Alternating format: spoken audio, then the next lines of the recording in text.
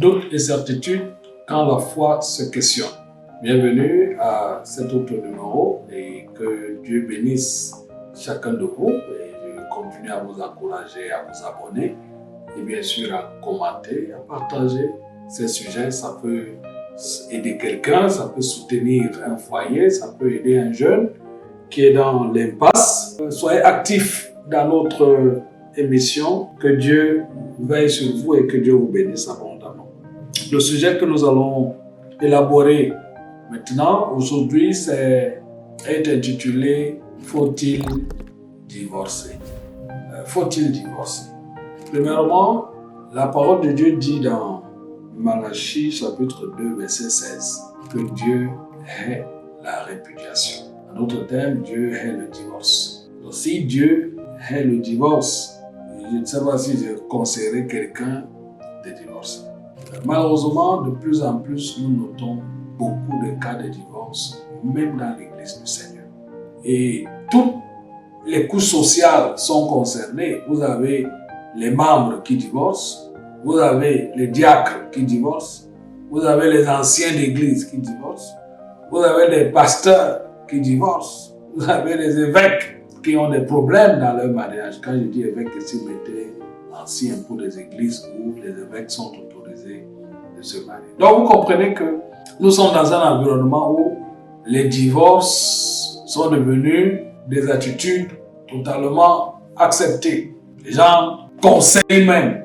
Non, je te conseille de divorcer. Les gens conseillent. Pourtant, la parole de Dieu dit que nul ne sait pas ce que Dieu a uni. D'où vient-il aujourd'hui que les gens pensent que le divorce serait une solution? Permettez que je vous le dise, le divorce est une malédiction. Quand vous divorcez, vous portez la malédiction. Permettez que je vous dise que Jésus n'a pas ouvert la porte au divorce quand il disait « sauf en cas d'adultère ». Jésus n'a pas ouvert la porte au divorce, nous autorisant de divorcer si le conjoint a commis adultère. Non. Ce que je crois, c'est que Dieu nous a donné le don de la réconciliation. Et que derrière, nous devons exploiter le don de la réconciliation que Dieu a mis pour sauver nos mariages. Il faut dire qu'à une époque, Moïse avait prescrit de rédiger une lettre de divorce. Et parfois, je me demande si c'était évident de rédiger une lettre de divorce à cette époque. Souvenez-vous que nous n'avions pas de stylos ou bien des papiers comme aujourd'hui. Il fallait utiliser des pierres ou des peaux de bêtes ou bien d'autres instruments utiles pour rédiger à cette époque-là.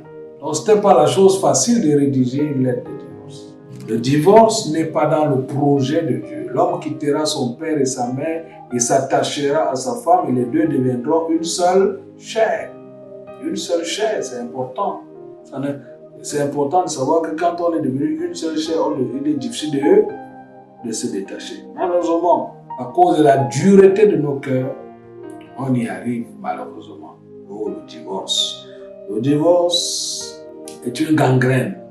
Il détruit la société. Il met mal le projet du mariage. Il met à mal le projet du mariage voulu par notre Seigneur. Alors, à la question de savoir, faut-il divorcer? Je veux dire non. Autant que cela dépend de nous, soyons en paix avec tout le monde, y compris notre conjoint. Ne vous donnez pas cette facilité à divorcer. D'ailleurs, le divorce est pour les lâches. Et il peut donc arriver que les conditions nous poussent au divorce. Il peut arriver que l'insécurité nous pousse au divorce. Il peut arriver que la violence nous pousse au divorce. Il peut arriver que notre conjoint ou notre conjointe devienne démoniaque. Ça peut pousser au divorce. Ça peut pousser à cet extrême-là. Je ne voudrais pas ici donner des conditions qui vont nous pousser à divorcer. Mais ce que je voudrais donner comme information aujourd'hui peut aider à éviter le divorce. La première chose que je vais dire, c'est que le divorcé, de façon générale, aura des difficultés pour se remarier. Parce que la Bible semble me dire qu'il n'y a pas beaucoup d'ouverture pour un divorcé de se marier. Je vais lire avec vous le texte de 1 Corinthiens chapitre 7. Et à la suite, je vais donner quelques indications importantes. Le texte de 1 Corinthiens chapitre 7 dit ceci. verset 10. À ceux qui sont mariés, j'ordonne, non pas moi, mais le Seigneur, que la femme ne se sépare point de son mari. Si elle est séparée, qu'elle demeure sans se marier ou qu'elle se réconcilie avec son mari. Et que le mari ne répudie point sa femme. En d'autres termes, si vous divorcez, il vous est conseillé de rester sans plus vous marier. Monsieur, mesdames, si vous êtes divorcé, il vous est conseillé de ne plus se marier. Donc, s'il est arrivé que les conditions difficiles dans lesquelles vous avez vécu dans votre ménage vous ont mis dans cette posture, vous obligeant à divorcer, il vous est conseillé de ne plus vous marier. Il vous est conseillé de ne plus vous marier. Alors, si vous ne pouvez pas tenir dans le célibat, il vaut mieux vous réconcilier et retrouver. Donc, il peut donc arriver que vous divorciez, que vous arrivez à cette situation-là. Restez dans la condition de célibat pour permettre que se forme dans votre cœur ce besoin de vous reconquérir, de vous réconcilier. Si la réconciliation n'est pas possible, alors restez sans vous marier, au moins pour garder le vœu, parce que vous avez dit devant Dieu, devant les hommes, jusqu'à ce que la mort vous sépare. Alors, il faudrait quand même être plus équilibré ici. Est-ce qu'il y a quand même des conditions qui peuvent nous amener, qui peuvent pousser au remariage? Oui, je veux le dire. Alors, quand vous êtes arrivé à divorcer, vous êtes arrivé de divorcer, alors il faudrait quand même qu'on considère qui est la partie lésée. Ça veut dire que mon épouse m'a abandonné. Elle est partie dans les bras de notre homme. Donc je suis lésé parce que j'ai été abandonné. Parce que j'ai vu mon épouse partir vivre avec un autre homme. Alors la Bible me dit que je peux divorcer parce que c'est un cas d'adultère flagrant. Alors, dans ces conditions, parce que je suis lésé, il m'a autorisé de me remarier. Elle ayant violé le vœu conjugal et aura décidé d'aller se mettre avec un autre. Alors si moi, j'ai divorcé de ma femme, j'ai dit non, c'est fini ce mariage, j'ai décidé d'aller divorcer de ma femme, alors je devrais attendre que elle que j'ai lésée se marie d'abord, si jamais elle voudra le faire, avant que moi aussi, je vienne à me marier. Parce que Jésus va dire dans Marc 10, vous lirez du verset 1 au verset 12, que si vous abandonnez votre femme, vous divorcez de votre femme, pour prendre une autre, vous êtes en adultère avec celle-là.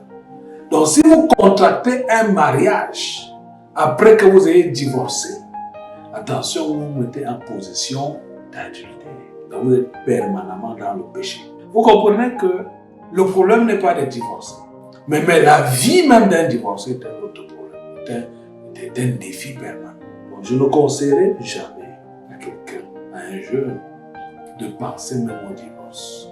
Le débat sur le divorce qui fait cours aujourd'hui dans notre société doit nous amener plutôt à réfléchir sur comment développer en nous cette volonté de réconciliation.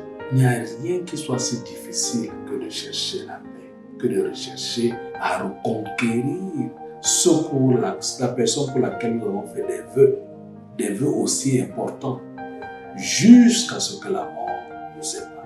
Donc que Dieu nous soutienne à nous préserver de ces exactions.